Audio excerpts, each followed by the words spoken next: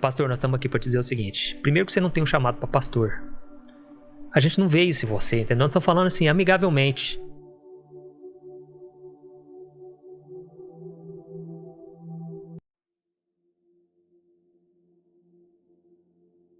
Não sei se você já respondeu a primeira, mas olhando pra trás, qual foi o momento mais difícil da sua vida? O momento mais difícil É. foi quando eles não acreditaram no meu chamado, cara. Eles quem? O pessoal da igreja. Da minha É? igreja. Eu já até contei várias vezes, né? Esse testemunho. Acabei não contando aqui, né? É. Mas quando eu voltei de Belo Horizonte, eu tinha feito seminário, e aí eu recebi aquela palavra, né? Eu te trouxe daquela cidade porque eu tenho uma obra aqui, eu vou restaurar a sua vida. E aí Deus restaurou minha vida na área sentimental. Conheci a Thaís, né? E a partir daquele acampamento, uma semana depois, o pastor da minha igreja me chamou para atuar junto com ele, com os jovens. Eu fiquei uns 7 anos pastoreando os jovens ali. Só que nunca dava resultado, cara. Nunca, não vou falar que não dava frutos, porque muita gente foi tocado, com certeza. Mas eu nunca consegui colocar o pessoal dentro da igreja, cara. Então os cultos iam 5 pessoas durante os 7 anos. Resumindo, nunca deu certo o ministério ali, entendeu? Porque às vezes ia 20, 30 pessoas, às vezes ia 2, às vezes não ia ninguém. Entendi. Tinha que fechar a igreja e não veio ninguém. Aquilo era a minha maior frustração, cara. E o que aconteceu? A própria liderança não estava do meu lado, sabe? Eu vim de Belo Horizonte, eu trouxe muitas ideias novas. E acabou criando meio que ciúme e tal. Até que chegou um dia, eles me chamaram numa reunião e eles disseram o seguinte: pastor, nós estamos aqui para te dizer o seguinte. Primeiro que você não tem um chamado para pastor. A gente não vê isso em você, entendeu? Nós estamos falando assim, amigavelmente. Mas você é muito bom para aconselhar alguém, por exemplo. Mas para pregar não, cara. Cara, suas pregações são muito ruins, cara. E dá sono. Você já reparou que nem a gente da liderança tá indo nos seus cultos, cara? Porque é muito ruim te ouvir, cara. E falaram assim... Nossa. Não, eu não sei de onde que eu criei força. Eu falei, gente, primeira coisa, eu quero até agradecer vocês, porque agora vocês estão falando a verdade, eu nem sabia disso. Vocês não têm obrigação nenhuma de gostar das minhas mensagens. Beleza, então vamos fazer o seguinte, cara, vamos encerrar por aqui, eu não vou continuar. Beleza.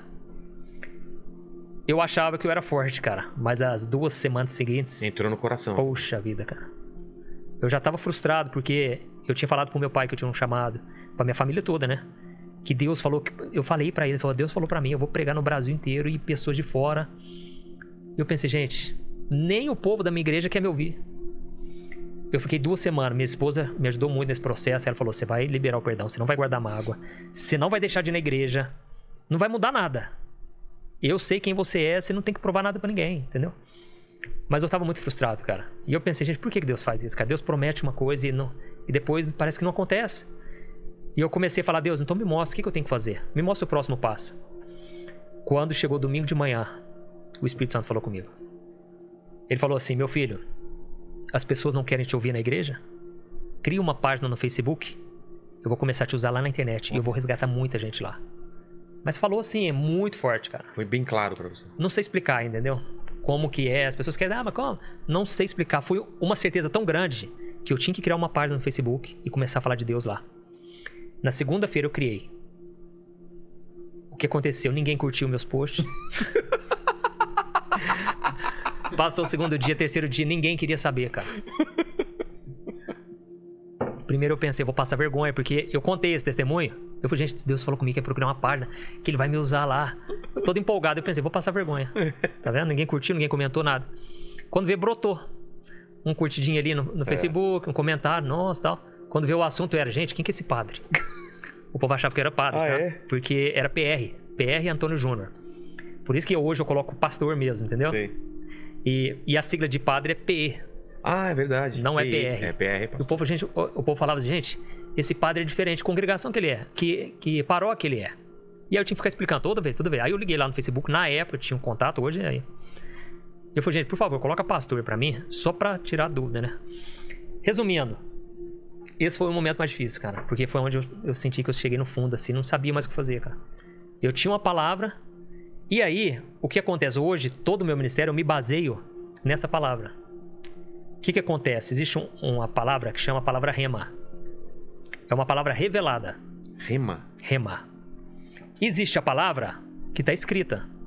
Uma coisa, eu leio um versículo ali, está escrito. Aquilo me edifica, é a palavra de Deus. Mas uma coisa é quando aquele versículo te toca de uma maneira profunda. Entendi. Ou seja, uma palavra rema. Veio uma palavra revelada de Deus para você específico, entendeu? Então Deus ali, ele me deu carta branca. Ele falou, faz o que eu tô mandando, lá eu vou te usar. Então hoje eu vejo os testemunhos, milhares, cara. Nossa, não canso de ouvir testemunho de pessoas que tiveram a vida transformada, mudaram, se converteram. O marido nunca buscou a Deus, agora tá ouvindo minhas orações, tá diferente, Jesus tá entrando na vida dele e tal. Quando eu escuto isso, eu dou a glória a Deus, porque não veio de mim. Estou apenas trilhando o caminho que Deus me deu, entendeu? Quando Jesus estava no barco, ensinando as pessoas, os discípulos estavam voltando de uma noite cansativa e frustrante. Por quê? Tentaram pegar peixe e não pegaram nada. E eram pescadores profissionais. E Jesus só simplesmente virou e falou para eles o seguinte: gente, lança a rede lá no fundo, onde a água é mais funda. Pedro na hora começou a rir, né? Pô, Jesus, você não tá entendendo. Nós tentamos a noite inteira, não pegamos nada, cara. Mas Pedro falou uma coisa que definiu tudo.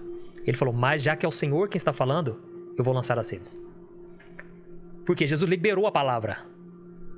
O que acontece? Na hora que eles lançaram a rede, não tinha peixe, cara. Eles tentaram a noite inteira. Encheram 2 redes ao ponto de quase rasgar as redes. Teve que chamar outro barco. Na hora, Pedro ficou assim, assustadíssimo, né? E ele chegou, prostrou diante de Jesus e falou, Jesus, esquece de mim. Eu não sou merecedor, eu sou o pior dos pecadores. E Jesus falou, não. A partir de hoje você será pescador de homens. E aí, por que deu certo? Por que o milagre aconteceu e na noite anterior não? Porque eles precisavam de uma palavra. Basta uma palavra que Deus te fala, se você obedecer ela, o milagre acontece. Quando Pedro viu Jesus... Não era falta de fé. Não, Deus permitiu aquela frustração justamente para ensinar isso para eles. Vocês precisam buscar em Jesus uma palavra. Quando Pedro viu Jesus vindo sobre as águas, Pedro falou, mestre, deixa eu ir até você. Ele não foi. Ele simplesmente falou, Jesus, deixa eu ir. Na hora que Jesus falou, venha, Pedro. Aí ele foi. Quando ele foi, o milagre aconteceu, cara. Ele andou sobre as águas. Ninguém anda sobre as águas. Mas ele só andou porque existia uma palavra ali embaixo. Era como uma ponte invisível, entendeu? Entendi. No qual ele andava. Quando ele duvidou da palavra, aí ele afundou. Porque veio os ventos. O diabo não queria, né? Que ele vivesse, experimentasse, tivesse aquela experiência.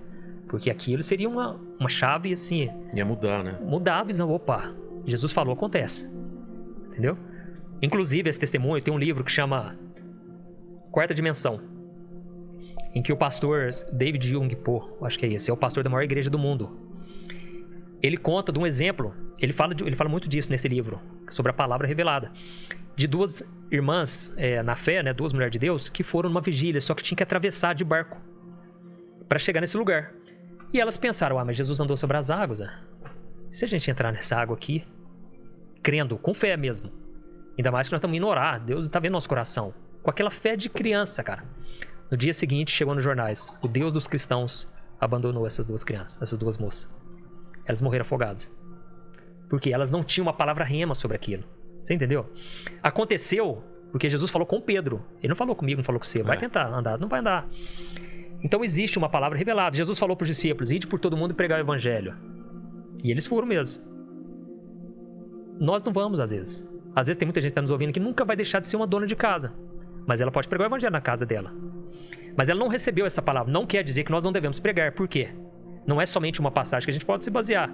Você tem que olhar toda a palavra. Em vários momentos a Bíblia diz que devemos evangelizar. Devemos falar de Deus. Agora, evangelizar o mundo, aí precisa ser uma palavra específica. Você não pode sair do Brasil, vou lá para a China evangelizar. Se você não for por obediência a uma palavra, você não vai dar conta, cara. Você vai voltar para trás.